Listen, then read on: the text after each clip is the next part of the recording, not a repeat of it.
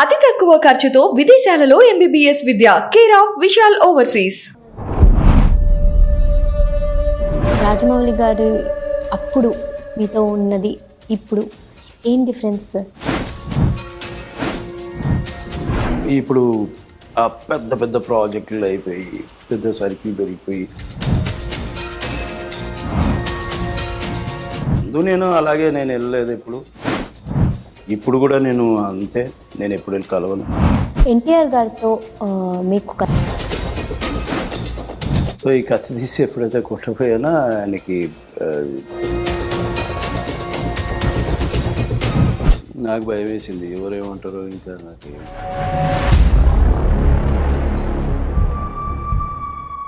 ఎందుకు ఆడవారి పట్ల మీకు అంత చూసి ఆవిడ దగ్గరకు వచ్చి ఒకలాంటి ఫీలింగ్ నాకే తెలియకుండా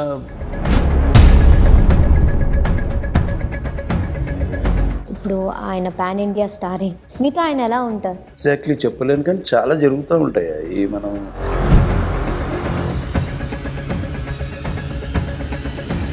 తెలియకుండా మళ్ళీ మనం డిప్రెషన్లోకి దాంట్లోకి వెళ్ళిపోతాం. అంటే వర్క్ లేకుండా నేను ఉన్న రోజులు బాధపడ్డాను. అంటే ఎంతో మంచి వేషాలు వేసి కూడా నేను లైఫ్లో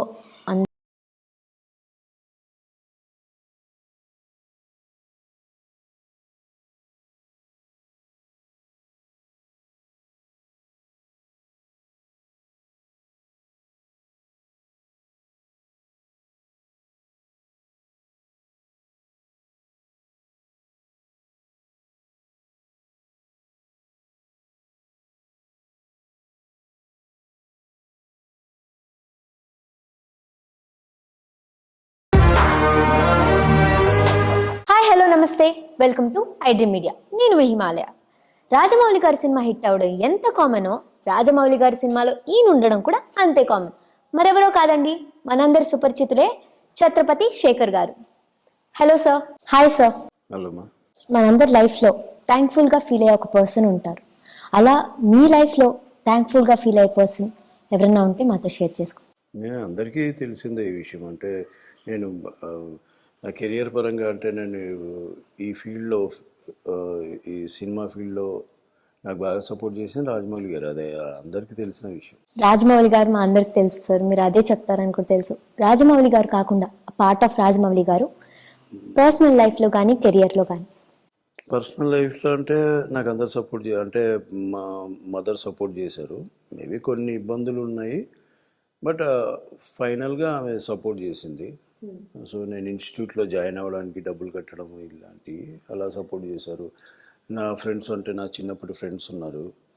వాళ్ళు అంటే నేను యాక్టింగ్ ఫీల్డ్లోకి వెళ్తా అన్నప్పుడు ఎవరేమి చులకనగా చూడలేదు. వీడేమవుతాడులే, వీడు ఇట్లున్నాడు, వీడు పర్సనాలిటీ వేసుకొని ఏమవుతాడులే అని మాత్రం ఎవరు నన్ను ఇన్సల్ట్ చేసే విధంగా మాట్లాడడం కానీ అలాంటివి ఎప్పుడూ చేయలేదు నా ఫ్రెండ్స్. సో అందుకని నేను ఈ రోజుకి కూడా నేను వాళ్ళతోనే ట్రావెల్ అవుతూ ఉంటాను, ఇంకా చిన్నప్పటి ఫ్రెండ్స్తోనే. సో నాకు సపోర్ట్ చేశారు. అంటే మేబీ నాకు ప్రాబ్లం ఉన్నప్పుడు ఫైనాన్షియల్గా కానీ ఇలా కానీ అలా సపోర్ట్ చేశారు. నా ఫ్యామిలీ నాకు సపోర్ట్ చేసింది. అందరు అంటే నేను ఎవరు కృంగదీసినట్టు నాకు ఎప్పుడు అనిపించలేదు. మనం లాగేద్దాము అలాంటి ఫీలింగ్ నాకు ఎప్పుడూ కలిగించలేదు. ఎవరు నా చుట్టూ ఉన్న సర్కిల్లో మాత్రం ఎప్పుడు ఎవరు అలా అనుకోలేదు. ఇంకా వాళ్ళకు వీలైనప్పుడు నన్ను ఎంకరేజ్ చేశారు తప్ప అలా ఎప్పుడు అనుకోలేదు. ఇప్పుడు నాకు నాకు క్లోజ్ ఫ్రెండ్ నాకు బాగా సపోర్ట్ చేశాడు. అతను ఇప్పుడు లేడు. ఓకే. సో ఒకటి అమ్మగారు, ఇంకా ఫ్రెండ్స్ అంటారు, మీకు సపోర్టింగ్ సిస్టమ్ అంటే ఫ్యామిలీ కూడా ఉంది. ప్రతి ఒక్కరు అంటే ఒక మనిషి ఒక దగ్గర రావాలంటే ఎక్కడో దగ్గర నుంచి మనకు ప్రతి ఒక్కరి దగ్గర నుంచి ఏదో ఒక సపోర్ట్ దొరుకుతుంది అని నా ఫీలింగ్. శాంతినివాసంతో స్టార్ట్ అయిన మీ కెరియర్ ఇప్పుడు బిజీగా నడుస్తుంది. సో అది ఎలా సాధ్యం సార్? సాధ్యం అనేది ఏం లేదు. అదే నేను చెప్పాను కదా, నాకు శాంతినివాసం సీరియల్ కంటే ముందు కూడా నేను యాడ్స్ చేశాను, అంటే government ads, electronic media ads అనేవి వచ్చాయి. అప్పుడు రాజమౌళి గారు నాకు అలా పరిచయం, అలా పరిచయం. ఇన్స్టిట్యూట్లో నాకు పరిచయం. ఆయన ఒక చిన్న వేషానికి ఏదో చూద్దామని వచ్చారు ఇన్స్టిట్యూట్కి. సో నన్ను సెలెక్ట్ చేసుకున్నారు ఒక చిన్న టపోరీ లాంటి వేషానికి. దాని తర్వాత ఆయన తీసిన ప్రతి ప్రాజెక్టులో నన్ను ఏదో ఒక వేషంలో పెట్టేవాళ్ళు. నేను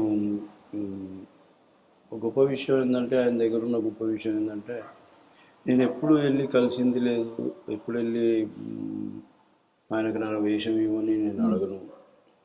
ఆయన్నే గుర్తుపెట్టుకుంటారు. ఈ క్యారెక్టర్ నేను సూటబుల్ ఉంటే డెఫినెట్గా ఇస్తారు. ఆయన ఎప్పుడూ ఎంకరేజ్ చేస్తూనే ఉన్నారు నన్ను. ఏదో అంటే నేను యాక్టింగ్ పరంగా అయినా సరే నన్ను ఏం పర్లేదు, బాగానే చేస్తున్నాను, ముందుకెళ్తావు, నో ప్రాబ్లమ్, క్యారీ ఆన్ అనుకుంటూ చెప్పి నన్ను బాగా సపోర్ట్ చేసింది ఆయన నాకు. అంటే నాలో ఇన్స్టిట్యూట్కి వచ్చినప్పుడు, అంటే ప్రతి మనిషి మనం ఇంట్లో ఉన్నప్పుడు, మనం ఇంటి దగ్గర ఉన్నప్పుడు మన ఫ్రెండ్స్ కానీ ఇప్పుడు ఇది కానీ నేను యాక్టింగ్లో పోతున్నా అంటే అది ఇదని మాట్లాడతారు. మనకు కూడా ఏమనిపిస్తుంది అంటే, ఓ నేను బాగా పెద్ద పొజిషన్కి వస్తానేమో, అంటే వీళ్ళు అంటే నాకు సపోర్ట్ చేస్తున్నారు, నేను మంచిగా అక్కడ వెళ్ళి ఫుల్ పర్ఫామ్ చేసి వస్తాను, నేను పెద్ద యాక్టర్ని అయిపోతాను ఊహించేసుకుంటాం మనం. అంటే ఈ ప్రపంచమే అలాంటిది, యాక్టింగ్ ప్రపంచం. ఊహించేసుకుంటాము. నేను స్క్రీన్ మీద కనిపించాను, నేను వీళ్ళు కనిపిస్తాను, నన్ను గుర్తుపడతాను, నన్ను ఇది అది, నేను పోయి బాగా పర్ఫామ్ చేసేస్తా, అది దాన్ని అనుకుంటాం. కానీ అక్కడ మనం అనుకుంది వేరే. ఇన్స్టిట్యూట్లోకి వచ్చినప్పుడు మళ్ళీ ఆ కాన్ఫిడెన్స్ ఉంటుంది. మళ్ళీ స్టార్టింగ్లో వచ్చినప్పుడు ఇప్పుడు కొత్త కొత్త ఫ్రెండ్స్ అవుతారు అందరూ, అక్కడ చెప్పే విధానం వేరే. ఏమో మనం ఏదో అనుకొని వచ్చినాం మనం, అంటే ఆ ఇన్స్టిట్యూట్లో చెప్పే విధానాలు చెప్తారు. అంటే అక్కడికి వచ్చేసరికి మారిపోతుంది. ఓకే, ఇలా వెళ్ళాలా మనం అనేది తెలుస్తుంది. ఆ ఇన్స్టిట్యూట్లో మళ్ళీ ఏమవుతుందో, ఆ 10 మంది మనకు అలవాటు అయిపోతారు. ఆ 10 మంది ఫ్రెండ్స్ వాళ్ళ ముందు మనకు ఎటువంటి ఇన్హిబిషన్స్ ఉండవు. అంటే మనకు సిగ్గుపడ్డం కానీ మనం ఏదైనా పర్ఫామ్ చేసేటప్పుడు, ఎందుకంటే అందరూ మనకు అలవాటు అయినారు. అదే కొత్త వాళ్ళ దగ్గరికి, ఇప్పుడు నాకు ఏదైనా ప్రాజెక్ట్ వచ్చింది, కొత్త ప్రాజెక్ట్ వచ్చింది, నేను దాంట్లో చేస్తున్నాను స్టార్టింగ్లో కానీ తర్వాత అయినా సరే, వచ్చినప్పుడు మాత్రం ఆ భయం అనేది ఎక్కడో తెలియకుండా వచ్చేస్తుంది. అంటే ఎక్కడో కాన్ఫిడెన్స్ ఉండదు. ఎందుకంటే అంతమంది జనాలను ఒకటేసారి చూసి, ఆ కొత్త ఒకరు లైట్స్ ఆన్ అంటారు, ఒకరు లైట్ అడ్జస్ట్ చేస్తుంటారు, ఒకరు జూనియర్స్ అట వెళ్తుంటారు, మన ఏదో డైలాగ్ ఉంటుంది మనం చెప్పాలి, ఇవన్నీ అక్కడ కాన్ఫిడెన్స్ వెళ్ళిపోయి భయపడే స్టేజ్లు ఉంటాయి. సో మనం అనుకున్నంతగా అనుకోము. చాలామంది అనుకుంటారు. ఇప్పుడు నేను మామూలుగా ఎగ్జాంపుల్ చెప్తాను. ఎప్పుడన్నా నేను ఏదైనా ఊరికి వెళ్తే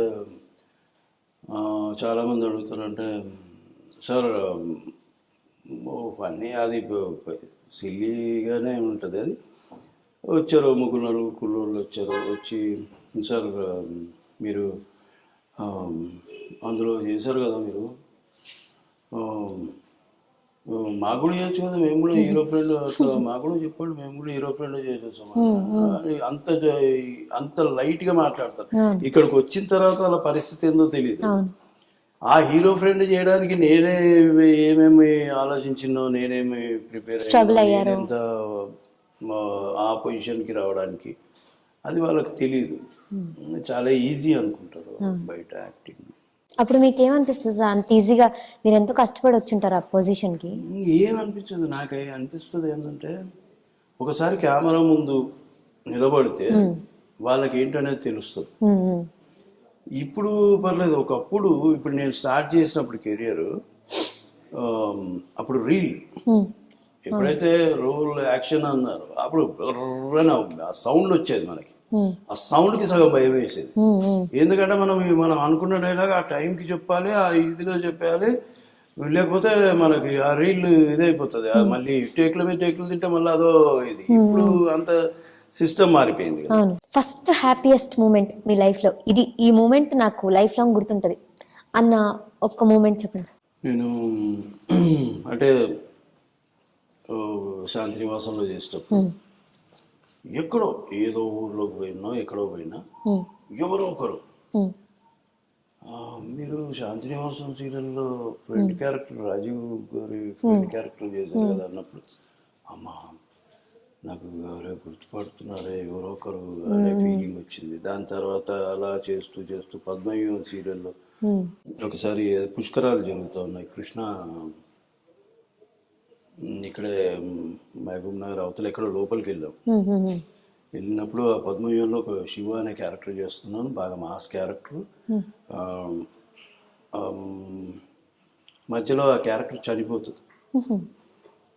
సరే అదే టైంలో నేను ఇక పుష్కరాలకని వెళ్ళాం మా ఇంట్లో వాళ్ళతో, మా అమ్మ వాళ్ళతో ఫ్యామిలీతో. వెళ్తే అక్కడ బస్సు వచ్చాగి మాదేదో మనం ఉన్నాం, వాళ్ళు బస్సు వచ్చాగింది. అందులోంచి మొత్తం లేడీస్ వీళ్ళే ఎక్కువ, వాళ్ళు ఏదో టూర్ వేసుకున్నట్టున్నారు ఇలా పుష్కరాలు. అందులోంచి ముసలాళ్ళు అలా అలా దిగి ఇంకా వాళ్ళు పోతున్నారా ఘాట్ దగ్గరికి. సడన్గా ఎవరో ఒక ముసలావిడ చూసి ఆవిడ దగ్గరకు వచ్చి ఒకలాంటి ఫీలింగ్ నాకే తెలియకుండా ఇలా చెంపలు పట్టేసుకుంది. బిడ్డ నువ్వు బతికే ఉన్నావు బిడ్డ, చచ్చిపోయినామని మేము ఏడ్ చేసినాం బిడ్డ, మేము సీరియల్ కూడా మానేసినాం ఈ టైం. అట్లా అట్లా అలా ఆ బస్సు అందరూ ఏకమైపోయా. అప్పుడు నా తల్లి మా అమ్మ ఫీల్ అయ్యిండొచ్చు, నా కొడుకుని గుర్తుపడుతున్నారు అని. ఎక్కడో చిన్నగా ఉంటుంది కదా మనకి, నా కొడుకు గుర్తుపడతారు, ఎక్కడికి వెళ్ళిన జనాలు ఎవరో ఒకరన్నా గుర్తుపడతారు అనే ఫీలింగ్ వాళ్ళకి కలిగిందొచ్చు అని నేను అనుకున్నాను. సార్, రాజమౌళి గారితో ఎన్నో సినిమాలు ప్రయాణం చేశారు, మీరు చేశారు. రాజమౌళి గారు మీకు ఇచ్చిన ఒక బెస్ట్ కాంప్లిమెంట్? సింహాద్రి షూటింగ్ చేస్తున్నాం వైజాగ్ అవతల, ఇక్కడ బీచ్ ఏదో ఉంది అక్కడ చేసి వస్తున్నాం. నాకు దాని పేరు కరెక్ట్ తారక్, నేను ఓ సీన్ ఉంటుంది అంటే వాళ్ళ అక్కని మైండ్లో పెట్టుకుని ఎలా ఒకలాంటి అది పానేసుకొని చేయాలి. ఒక సీన్ చేసిన తర్వాత ఈవినింగ్ ఎప్పుడూ ఆయన నాతో ఎప్పుడూ అలా అనలేదు. దగ్గరికి వచ్చి ఆయన్ని దగ్గరికి వచ్చి మేము ఇలా నడుస్తున్నాం ఇంకా కార్ల వైపు, హోటల్స్కి వెళ్ళాలి కదా, రూమ్లోకి వెళ్ళాలి, ప్యాకప్ చేసుకొని వెళ్ళేటప్పుడు ప్యాకప్ చేసుకొని వెళ్ళేటప్పుడు అప్పుడు వచ్చి బాగా చేశారా అన్నాడు. నాకు ఎన్ని రోజుల నుంచి కోరుకునేది నేను అదే, ఆయన చెప్పాలి దగ్గర నుంచి అప్లాస్ రావాలి. అండ్ దాని తర్వాత ఛత్రపతి అప్పుడు సినిమా థియేటర్లో, సంధ్యా థియేటర్లో మేము అందరం వెళ్ళినాం. రాజమౌళి గారు వాళ్ళ ఫ్యామిలీ మొత్తం, కీరవాణి గారు, వల్లి గారు, అమ్మగారు అందరూ మొత్తం, వాళ్ళ అబ్బాయి కార్తికేయ అందరూ మొత్తం గ్యాంగ్ మొత్తం వెళ్ళాం. ఆ రోజు ఇంటర్వ్యూల తర్వాత అప్పుడు అందరు పొగిడారు నన్ను, రాజమౌళి గారు, కీరవాణి గారు అందరూ బాగా చేసే బాగా. అవి నా బెస్ట్ మూమెంట్స్ నా లైఫ్లో ఇవి. అంటే నేను ఏదైతే అనుకొని వచ్చానో దానికి ఆ రోజు వాళ్ళు అనే ఆ మాటలకి అచీవ్ అయ్యానని నేను అనుకోను. పొంగిపోతాం మనం, మురిసిపోయే సందర్భాలు అవి. అది అచీవ్ అనేది అచీవ్ మనం ఎక్కడ. ఇంకా రాజమౌళి గారు అప్పుడు మీతో ఉన్నది ఇప్పుడు ఏం డిఫరెన్స్? నాకు ఎప్పుడు డిఫరెన్స్ ఏమనిపించలేదు. కాకపోతే ఇప్పుడు సర్కిల్ పెరిగింది. ఇప్పుడు ఆ పెద్ద పెద్ద ప్రాజెక్టులు అయిపోయి పెద్ద సర్కిల్ పెరిగిపోయి కలుస్తారు, కలవరని కాదు మనం వెళ్ళినప్పుడు. ముందు నేను అలాగే నేను వెళ్ళలేదు ఇప్పుడు కూడా నేను అంతే, నేను ఎప్పుడు వెళ్ళి కలవను. కాకపోతే ముందు ఏంటంటే చూడనుభవం చేస్తున్నాం మేము ఇక్కడ మనం గచ్చిబౌలి దగ్గర ఏదో టెలికామ్ ఆఫీస్ ఉంది, లోపల ఫారెస్ట్ టైప్లో ఉంటుంది, అక్కడ చేస్తున్నాం కంటిన్యూగా. వారం రోజులు ఒక టైం కాగానే వర్షం పడుతుంది. మేము పొద్దున వెళ్ళిపోయేటోళ్ళం, ఓ సీన్ ఉంటుంది, దానికి అక్కడ ఫైట్ ఒకటి అది చేస్తాం. ఇంకా వర్షం పడుతుండేది, లైట్గా డ్రిజిల్ అవుతూ ఉంటే మామూలు ఒకరోజు మామూలు నేను బయలుదేరి వెళ్తున్నాను, ఆయన వచ్చారు, పద నన్ను కూడా డ్రాప్ చేసేసి. ఎందుకు సార్, కారు ఉంది కదా, కారు పెడతారు కదా, మీ కంపెనీ కారు ఉంది కదా, అందులో వెళ్ళిపోవచ్చు కదా, వర్షం కూడా లైట్ నడుంది, ఇప్పుడు దింపుతావు లేదా అన్న. సరే పదండి నేను అలా ట్రావెల్ చేస్తున్నాం. మేము షూటింగ్ ఉన్న రోజులు 2-3 రోజులన్నా మేము ట్రావెల్ చేస్తుంటాం. అది ఒకటి. ఏం ఎప్పుడు నాకు ఆయన దగ్గర ఇలా ఉంది అంటే ఇప్పుడు నేను ఎప్పుడు అనుకోలేదు. ఆయన ముందు ఎలా ఉన్నారో ఇప్పుడు అలాగే ఉన్నారు. అదే నేను చెప్పిన తేడా ఏంటంటే అప్పుడు అలా ఉండేది. ఇప్పుడు సినిమాలకి ఏదైనా వేరే డైరెక్టర్స్ మూవీస్ రిలీజ్ అవుతాయి హీరోలు. సినిమాకి వెళ్ళేటప్పుడు మాదంతా ఒక గ్యాంగ్ ఉండేది. మొత్తం టోటల్లో మొత్తం అందరం రాజీవ్ గారితో సహా అందరం సెకండ్ షో టికెట్లు తీసేవాళ్ళు. ఆయన తీసి ఈ షో ఈ థియేటర్ చేసేసరికి అందరూ వెళ్ళిపోయారు. అలాంటిది అవి కుదిరిస్తాయి. కాకపోతే మధ్యలో ఈవెన్ బాహుబలి వరకు కూడా మేము మధ్య మధ్యలో క్రికెట్ ఆడేవాళ్ళం. అందరినీ పాత వాళ్ళందరినీ పిలిచేవాళ్ళు. వాళ్ళ ఒక టీము, రాజమౌళి గారి వాళ్ళ అందరు టెక్నీషియన్స్ అంతా ఒక టీము, తారకు మేమందరం ఒక టీం. అలా మేము అది నాకు తెలిసి 3 గంటల దాకా ఆడేవాళ్ళం మేము. నేను 2 మ్యాచ్లు ఆడేవాళ్ళం ఆ నైటు. లైట్స్ ఉంటాయి కదా, ఉన్న గ్రౌండ్లు సెలెక్ట్ చేసుకొని ఈవినింగ్ 8 o'clock అట్లా స్టార్ట్ చేస్తాం. 3 అలా అవుతుంది. ఎక్కడ అంటే మళ్ళీ ఆడేటప్పుడు ఎక్కడ కూడా ఏముండదు, ఎవరి కసి వాళ్ళకి ఉంటుంది గెలవాలని. అవి కొద్దిగా అనిపిస్తుంది, మిస్ అయిపోతున్నాం అనేది. ఆ డేస్ మిస్ అవుతున్నాం. అది ఆ రోజులో ఇంకా నాకు బాగా గుర్తుంది. మిస్ అంటే ఇంకా ఆయన బిజీ అయిపోయాడు. ఆయన బిజీ అంటే ఈరోజు ఇండియా మొత్తం గర్వించే ఒక పెద్ద డైరెక్టర్ అయ్యారు. ఆయనతో నాకు ఈ సాన్నిధ్యం నాకు ఏర్పడింది. భగవంతుడు నన్ను అలా వెళ్ళిపోయాడు. ఆయన వల్ల నేను ఈరోజు వేషాలు చేయగలుగుతున్నాను. నాకు ఇన్నేళ్ళు అయింది, నాకు తెలిసి 17 years అవుతుంది. ఈ రోజుకి ఎక్కడ వెళ్ళినా ఛత్రపతిలో ఉన్నావు కదా అని అడిగిన సందర్భాలు. ఎన్టీఆర్ గారితో మీకు ఒక స్పెషల్ మూమెంట్ అంటే చూడను చేస్తున్నాము. ఫైట్ సీన్ ఉంది ఒకటి. 6 pockets ప్యాంట్ వేసుకుని ఉంటా, పైన టీషర్ట్. ఓ అమ్మాయిని రేప్ చేయకపోతే తను వచ్చి అడుగుంటాడు. సో నేను కత్తి తీసుకొని ఇలా అంటాను, అది హోల్డ్ చేస్తాను. హోల్డ్ చేసేటప్పుడు ఈ పాకెట్లో నుంచి ఇంకో కత్తి తీసి కొట్టాలి. ఇలాంటిది ఒక సిచ్యువేషన్ ఉంటుంది. సో ఈ కత్తి తీసి ఎప్పుడైతే కొట్టపోయానో ఆయనకి అది ఈ పట్టుకునే ఆ గ్రిప్పు ఏలికి కొట్టుకున్నప్పుడు అన్నాడు. అందరూ షాకు. నాకు భయం వేసింది, ఎవరేమంటారో ఇంకా నాకేమని. కానీ తను మాత్రం పెద్ద రియాక్ట్ అవ్వలే. లేదు సారీ అంటే నడుస్తున్నంట పద చేసేద్దాం పద, ఇలాంటి మంచి. అప్పటి నుంచి మాకు ఎక్కువ పరిచయం. మేము సరదాగా ఏ షూటింగ్లో ఉన్నా, కాంబినేషన్లో ఉన్నామంటే మేము నవ్వుకుంటూనే ఉంటాం మా గ్యాప్ దొరికినప్పుడు అంతా. ఈవెన్ RRR అప్పుడు కూడా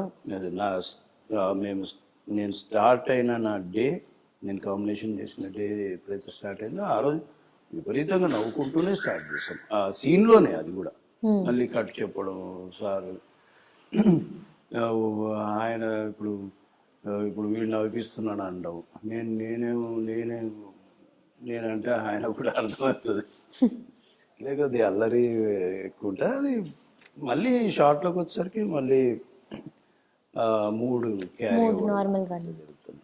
ఆయన ఎన్టీఆర్ గారిది ఒక ఫేవరెట్ సీన్ ఏమన్నా?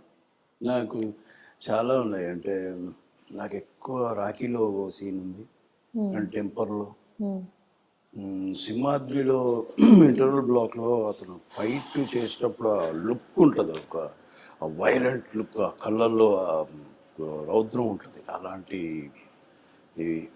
ఆర్ఆర్ఆర్లో ప్రతి సీను అలాగే ఉంటుంది అనుకోండి. ఆ సాంగ్ మీద తను చేసిన పర్ఫార్మెన్స్, ఆ కొరడ తను కొడుతుంటే అది ఒకటి. యమదొంగలో మొత్తం ఇంత పెద్ద డైలాగ్ చెప్పి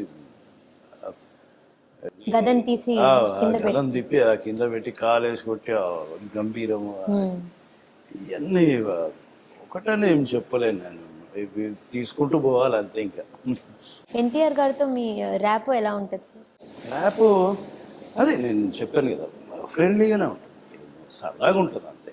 నేను మిగతా వాళ్ళని కంపేర్ చేస్తే దాంతో నాకు కొంచెం ఎక్కువ ర్యాప్ కంఫర్ట్నెస్ ఉంటుంది. ప్రభాస్ గారితో ఇప్పుడు ఆయన పాన్ ఇండియా స్టారే, కానీ మీతో ఆయన స్క్రీన్ షేర్ చేసుకున్నారు కదా, మీతో ఆయన ఎలా ఉంటారు?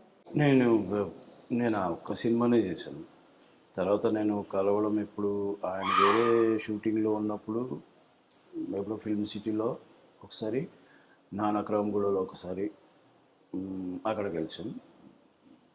హలో బాగున్నారా, ఎలా ఉన్నారు, ఏం చేస్తున్నారు, అంతే. ఇంత మించి ఇంకే ఉండదు. ఆ ఛత్రపతి చేసేటప్పుడు ఇలా మామూలుగా ఇలాగే మాట్లాడేవాళ్ళు మర్యాదగా. కొద్దిగా బేసిక్గా తను మూవ్ మాట వస్తుడు. ఓకే. నాకు అలాగే ఉండేది, నేను కూడా ఎక్కువ మాట్లాడకపోయేటోని, అంతే.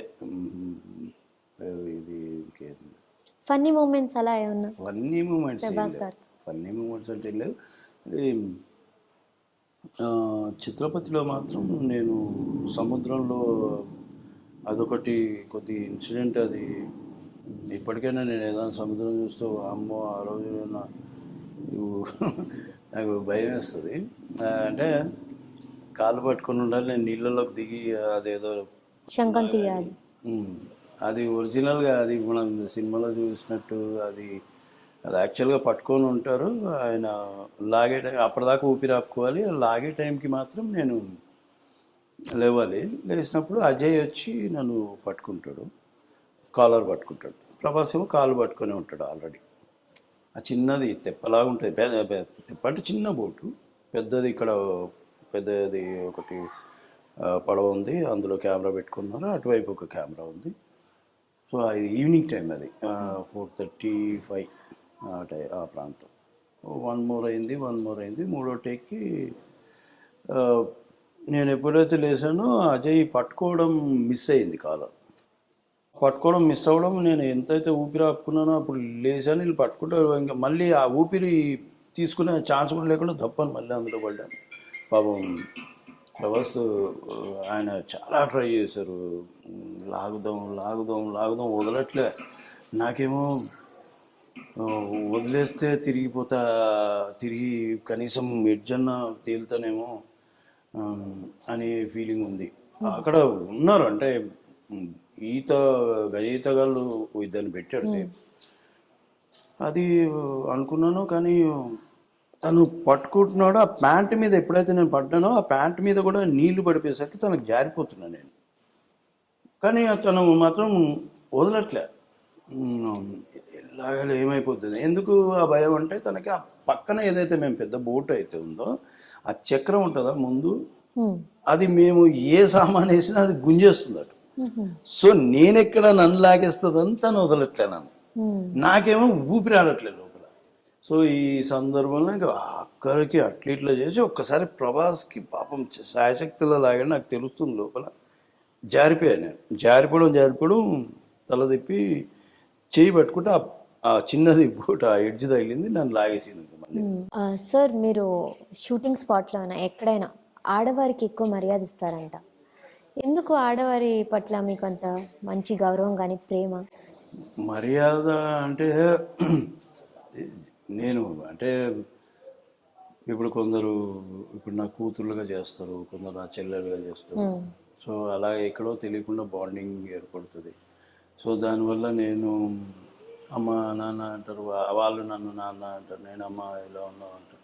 ఇట్లా తెలియకుండా బంధం ఏర్పడుతుంది. అంటే ఇది ఏదైతే మనకు ఇప్పుడు నేను పెళ్లి చేసుకున్నాను, లేదంటే నాకు పుట్టిన చెల్లెలు, అది ఇవన్నీ రక్త సంబంధాలు, ఏదో తెలియని బంధం, అది గొప్పది అనిపిస్తుంది. అంటే నా ఫీలింగ్ ఒక్కోసారి. ఎక్కడో వాళ్ళు ఎక్కడో పుట్టింటారు, మనం ఎక్కడో పుట్టింటాం. ఇక్కడ మనం కలవడం అనేది ఆ భగవంతుడి వల్ల మనం కలుస్తున్నాం. సో వాళ్ళు నన్ను అంత ఆప్యాయతగా చూస్తారు. ఇప్పుడు మనమే అని కాదు, వాళ్ళు కూడా అంత ఆప్యాయతగా చూస్తారు కాబట్టి ఆ కనెక్ట్ అయిపోతాం తెలియకుండా. ఇప్పుడు అందరితో మనం కనెక్ట్ అవ్వలేము. ఒక్కోసారి నేను ఇంతమంది యాక్టర్స్ చేస్తూ ఉంటాను, అది సీరియల్ అవ్వని, సినిమా అవ్వని, కొందరి వాళ్ళ ఇది కూడా ఉంటుంది. మనం అట్లా మూల్డ్ అయిపోతాం, అరే వీళ్ళు మన వాళ్ళే కదా అన్న ఫీలింగ్ అది. ఫ్యామిలీలో ఎవరు బాగా ఇష్టం సార్? నాకు ఫ్యామిలీలో ఇష్టమని నేనే నా కూతురు. దాని తర్వాత ఇంకా అంతే, కూతురు కొడుకు వాళ్ళు ఇద్దరు. ఎక్కువ కూతురే. ఎక్కువ కూతురే, ఎందుకంటే ఆ, మొదటిగా ఆ, పెద్ద పాప కాబట్టి మొదటి సంతానం తల్లిదండ్రులకు ఎక్కువ ఇష్టం ఉంటుంది. మామూలుగా కూడా అమాయకురాలు. లైఫ్లో అందరికీ ఒక ఎమోషనల్ మూమెంట్ ఉంటుంది. ఇది ఎప్పుడు నన్ను దీని గురించి ఎప్పుడు తలుచుకున్నా నాకు బాధేస్తుంది అన్న ఒక మూమెంట్ ఉంటుంది. అలాంటి మూమెంట్ ఏమన్నా మీ లైఫ్లో ఉందా? ఎగ్జాక్ట్లీ చెప్పలేను, కానీ చాలా జరుగుతూ ఉంటాయి. అవి మనం మైండ్లోంచి వెళ్ళిపోతాయి, తీసేస్తాం. ఎందుకంటే అవే గుర్తుపెట్టుకొని ఉంటే తెలియకుండా మళ్ళీ మనం డిప్రెషన్లోకి దాంట్లోకి వెళ్ళిపోతాం. అంటే నేను వర్క్ లేకుండా నేను ఉన్న రోజులు బాధపడ్డాను. అంటే ఇంత మంచి వేషాలు వేసి కూడా నేను ఖాళీ ఉండాల్సి వచ్చింది కొన్నిసార్లు. నేను వెళ్ళి ఎవరిని వేషం అడగను, వాళ్ళు ఇస్తే వాళ్ళు చెప్తే తప్ప నేను వెళ్ళను. ఇట్లాంటి అండ్ నా పక్కన ఉన్న నా ఫ్రెండ్స్, నిన్న మొన్నటి దాకా ఉన్న ఫ్రెండ్స్ అలాగే సడన్గా ఇప్పుడు మధ్యాహ్నం 12:30 దాకా మాట్లాడిన మనిషి 3:30కు నాకు న్యూస్ తెలిస్తే లేడు ఆ మనిషి అని. ఇట్లాంటి బాధ. ఇంకా చిన్నప్పుడు ఉన్నాయి చాలా చాలా కష్టపడ్డా. అంటే నేను కష్టపడ్డాను నేను చెప్పలేదు. మా అమ్మ, మా ఫ్యామిలీ, అంటే మా పిన్ని, మా మామలు, వీళ్ళందరూ మేము పల్లెటూరులో ఉండేవాళ్ళం. ఆ ఒక్కతే సంపాదించి పంపించాలి, ప్రతిదానికి కష్టపడ్డాం. అంటే ఆ టైంలో తర్వాత మేము హైదరాబాద్ వచ్చేసాం. అప్పుడు చిన్నప్పుడు మాత్రం ఇప్పుడు దీపావళి వచ్చింది అంటే 15 పైసలు, అప్పుడు 15 పైసలు ఇస్తే పండగ రోజు అవి మనం అందరం బాంబులు, అవి ఎర్ర బాంబులు కొనుక్కొని కాలుస్తూ ఉంటాం, చిల్లీ బాంబ్స్. కానీ మాకేమో అంత బడ్జెట్లో వచ్చేవి కాదు. మామూలు దాన్ని టిక్లీలు అంటారు తెలంగాణలో. దాన్ని ఆ భాష మర్చిపోయినాను నేను. యాక్చువల్గా రాయలసీమలో పెరిగింది. అది తీసుకొని 2-3 డబ్బాలు కొనుక్కొచ్చింది, కొట్టుకుంటూ కూర్చుంటున్నా. అప్పుడు అనిపించేది, అరే మనం చూస్తూ ఉండేవాళ్ళం. చాలా అంటే ఒక్కోసారి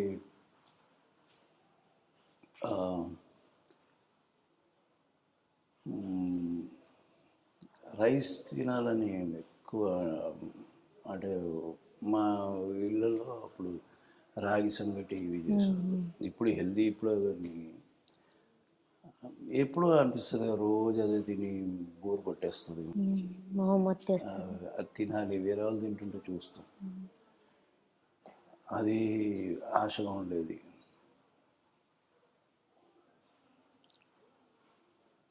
పళ్ళు, ఫ్రూట్స్ ఎవరైనా తింటుంటే మాకంత ఇది ఉండేది కదా, సపోర్ట్ ఉండేది. ఇది లేదు, మాకు అంత స్తోమత లేదు ఫ్రూట్స్ తినాలని. కాకపోతే అప్పట్లో మాకు దొరికినవి మాత్రం ఓకే. పొలంలో చెరుకు, ఇవి పల్లీలు ఎవరు చూడనప్పుడు తెంపుకోండి, లేదంటే ఎవరినన్నా అడిగి తీసుకోవచ్చా అన్నాం. ఇలాంటి అవి ఆ టైంకి నాకు బాధ అనిపించేది, కానీ ఏమో తెలియదు నాకు. అవి ఉండిపోయాయి నా మైండ్లో, ఉండిపోయినాయి అంతే. ఇక తర్వాత భగవంతుడే ఇంకా అన్నీ ఏదో ఒక దారి చూపిస్తూ వచ్చి.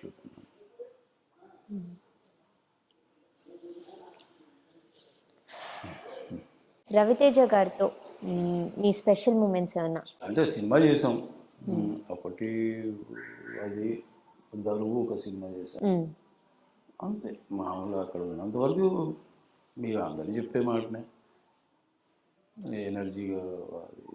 ఎనర్జీ అంటే అందరికీ ఎనర్జీ ఉంటుంది, డెఫినెట్గా ఎనర్జీ ఉంటేనే అందరూ ఏదో పర్ఫామ్ చేసేది, సీన్ అయినా ఫైట్ అయినా ఏదైనా. రవితేజ గారు ఏంటంటే ఆ కలపగోలుతనం అవి మింగిలైపోయి అందరు అక్కడ మాట్లాడేసి అట్లాంటి అందరూ ఒక్కరైనా కాదు రేపు అందరూ హీరోస్ అలాగే ఉన్నారు. అందరూ తోటి కళాకారులకి ఇది ఆ గౌరవం అది ఇస్తున్నారు. రామ్ చరణ్ సూపర్, ఇలాంటి వాళ్ళందరూ నేను వర్క్ చేసిన హీరోలందరూ నాకు తెలిసి సూపర్ అండి. మీరు వర్క్ చేసిన హీరోస్లో ఎవరు మీకు బాగా నచ్చిన హీరో? నాకు నచ్చిన హీరో అంటే నేను వర్క్ చేసిన హీరోస్ అంటే నాకు తారక్తోనే నాకు ఇది ఉంది. అంటే కొద్దిగా నేను ఫ్రీగా ఉండగలను.